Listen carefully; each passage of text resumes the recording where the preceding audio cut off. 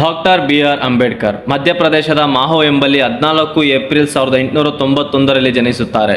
ಬಡತನದಲ್ಲಿ ಹುಟ್ಟಿ ಹೆಜ್ಜೆ ಹೆಜ್ಜೆಗೂ ಅವಮಾನಗಳನ್ನು ಸಹಿಸಿಕೊಂಡು ತನ್ನ ದೇಶದ ದೀನ ದಲಿತರ ಉದ್ಧಾರಕ್ಕಾಗಿ ಭಾರತದಲ್ಲಿ ಶಿಕ್ಷಣಕ್ಕಾಗಿ ಕ್ರಾಂತಿ ಮಾಡಿದ ಮಹಾನಾಯಕ. ತನ್ನ ಇಡೀ ಜೀವನದಲ್ಲಿ ಸಾಯುವವರೆಗೂ ಒಂದೇ ಒಂದು ಕೆಟ್ಟ ಚಟಕ್ಕೆ ಮಾದಕ ದ್ರವ್ಯಗಳಿಗೆ ಬಲಿಯಾಗದೆ ಜನರಿಗೆ ಆದರ್ಶವಾದ ವ್ಯಕ್ತಿ. ಹಲವಾರು ಅವಮಾನಗಳ ಮಧ್ಯೆ ಮೆಟ್ರಿಕ್ಯುಲೇಷನ್ ಎಕ್ಸಾಮ್ ಬರೆದು ಪಾಸ್ ಆಗ್ತಾರೆ.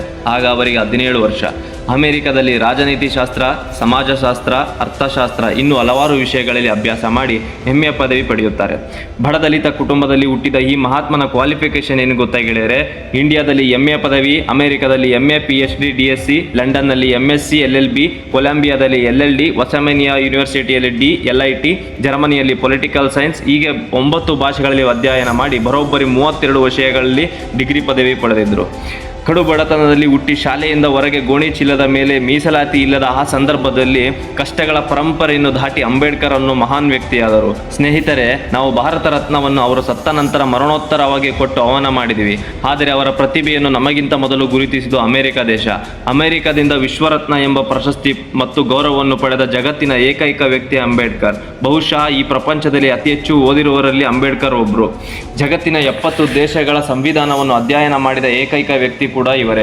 ಬರೋಬ್ಬರಿ 52,000 ಪುಸ್ತಕಗಳನ್ನು ಓದಿ ಜಗತ್ತಿನ ಮಹಾನ್ ಮೇಧಾವಿ ಎನಿಸಿಕೊಂಡರು. ಸ್ನೇಹಿತರೆ, ಇವರ ಜೀವನವೇ ಒಂದು ಹೋರಾಟ. ಇವರು ದಲಿತರ ಹಕ್ಕುಗಳಿಗೋಸ್ಕರ ಹೋರಾಟ ಮಾಡಿದರು. ಅದು ಯಾವ ಮಟ್ಟಕ್ಕೆ ಅಂದರೆ ಪ್ರತ್ಯೇಕವಾದ ಮತದಾನದ ಹಕ್ಕುಗಳನ್ನು ಪಡೆಯಲು ಗಾಂಧೀಜಿಯವರನ್ನು ಕೂಡ ಎದುರು ಹಾಕಿಕೊಂಡಿದ್ದರು. ಅಂಬೇಡ್ಕರ್ ಕೊನೆಗೆ ಮನಸ್ಸಿನ ನೆಮ್ಮದಿಗೋಸ್ಕರ ತುಂಬ ಯೋಚಿಸಿ ಬೌದ್ಧ ಧರ್ಮವನ್ನು ಸ್ವೀಕಾರ ಮಾಡ್ತಾರೆ. ಅವರಿಗೆ ಇದ್ದ ದೇಶ ಪ್ರೇಮ ಎಂಥದ್ದು ಗೊತ್ತಾ? ಯಾವ ದೇಶದ ಅರ್ಧದಷ್ಟು ಜನ ಅವರನ್ನು ಅತ್ಯಂತ ಹೀನಾಯವಾಗಿ ನಡೆಸಿಕೊಂಡ್ರೋ ಅಂಥ ದೇಶಕ್ಕೆ ಭವ್ಯ ಭವಿಷ್ಯಕ್ಕೆ ಭಾರತೀಯ ಸಂವಿಧಾನವನ್ನು ರಚಿಸಿಕೊಡ್ತಾರೆ. ಅದು ಅಂತಿಂತ ಸಂವಿಧಾನ ಅಲ್ಲ, ಪ್ರಪಂಚದ ಅತಿ ದೊಡ್ಡ ಸಂವಿಧಾನವನ್ನು ರಚಿಸಿಕೊಡ್ತಾರೆ. ಅವರು ಕಾಗದದಲ್ಲಿ ಕಾನೂನು ಬರೆದಿಲ್ಲ, ಜನರ ಹೃದಯದಲ್ಲಿ ಸಮಾನತೆ ಬರೆದರು. Doctor B R. ಅಂಬೇಡ್ಕರ್.